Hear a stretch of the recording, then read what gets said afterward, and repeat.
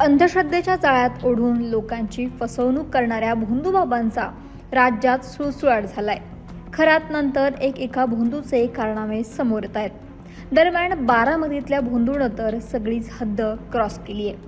अंधश्रद्धेच्या जाळ्यात ओढून लाखो रुपयांची फसवणूक करणाऱ्या पिंटू महाराज नावाच्या भोंदूबाबानं एका सॉफ्टवेअर इंजिनियर तरुणाचं अपहरण करून त्याला जिवे मारण्याचा प्रयत्न केलाय।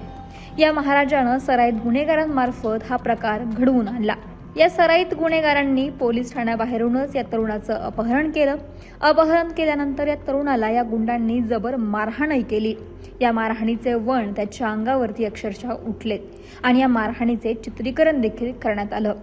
खरं तर इंजिनियर असणारा हा तरुण आपल्या आई वडिलांना या भोंदूगिरीपासून लांब राहायला सांगत होता। या भोंदूबाबानं तरुणाच्या पालकांची 7 ते 8 लाखांची फसवणूक केल्याची माहिती आहे। त्यामुळेच तो आपल्या आई वडिलांना या भोंदूबाबापासून परावृत्त करत होता आणि याचाच राग या भोंदू पिंट्याला होता आणि हाच राग मनात धरून या भोंदू पिंट्यानं सराईत गुंडांकडून या इंजिनियर तरुणाचं अपहरण केलं आणि त्याला मारहाण केली। या प्रकरणी सध्या तक्रार दाखल आहे।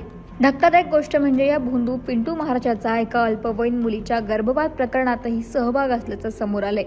सध्या एका गुन्ह्यात पोलिसांनी त्याला अटक केली असून अपहरणाच्या गुन्ह्यातही त्याला आरोपी करण्याची प्रक्रिया सुरू आहे। मात्र या घटनेमुळे बारामती परिसरामध्ये तीव्र संताप व्यक्त होतोय। महाराष्ट्रातील सर्व बातम्यांचे विश्वासार्ह व्यासपीठ, सकाळच्या सर्व सोशल मीडिया प्लॅटफॉर्मला लाईक, फॉलो आणि सबस्क्राईब करा। तसंच सर्व नोटिफिकेशनसाठी बेल आयकॉन प्रेस करायला विसरू नका।